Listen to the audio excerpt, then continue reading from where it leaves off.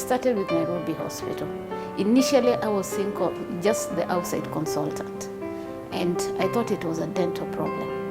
And I went to see a dentist, and the first dentist I saw told me that I actually had dislocated the joint at the end of my jaw, and just gave me some anti-inflammatory and gave me some painkillers. But the pain did not go after a week. The pain was still there. So I went back to him and I told him the pain is still there. I discovered I also developed a swelling under my neck. So when I went back to him now, he saw the swelling and he was very concerned. And he told me this is not normal. So what I'm going to do, I'm going to send you to a maxillofacial surgeon and let him have a look at it.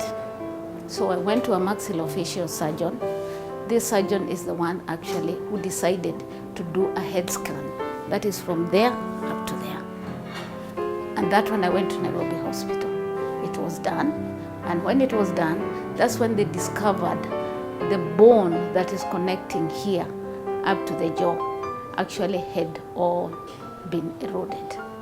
It was eaten away by the tumor. After getting all the reports, the maxillofacial surgeon also told me, this is beyond me. Now I'm going to send you to another senior maxillofacial surgeon, who is actually a very good doctor.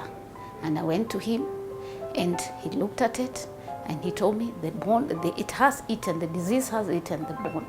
But now the best we can do is we try to hurry up and see where this disease is coming from. I got admitted at Nairobi Hospital, and they got the biopsy, and at the same time they did all the tests, and whatever they found, they gave a report on it. Every specialist was called, and they went through it one by one, and they gave me a report on it, and at the end they told me, this is the best we can do, this is what we have found, but we suspect your cancer is from the lung.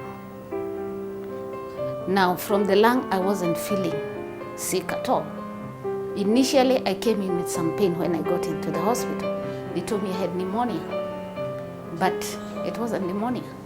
It was actually the disease itself that was actually investing itself onto my ribs.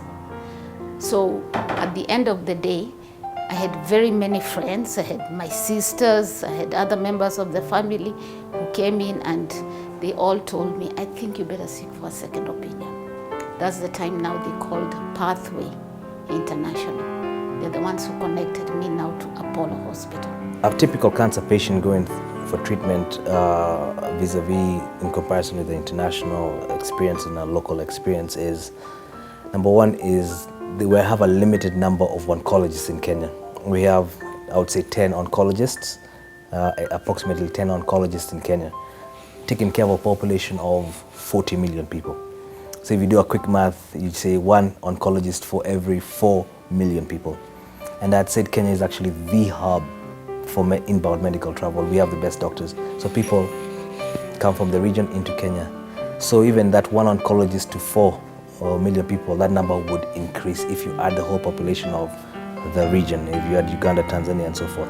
So the oncologists are under a lot of strain. So a patient trying to seek treatment here would obviously have to wait quite a bit to get treatment. The waiting lines at some of the public institutions are very long. For somebody to access radiotherapy treatment, you'd have to wait quite a while to receive those treatments. Vis-a-vis now treatment internationally, where you would be able to go in and out. And that was one of the biggest differentiator for cancer treatment here and abroad. People, sometimes your disease doesn't have time to wait. It won't wait for the line to go down.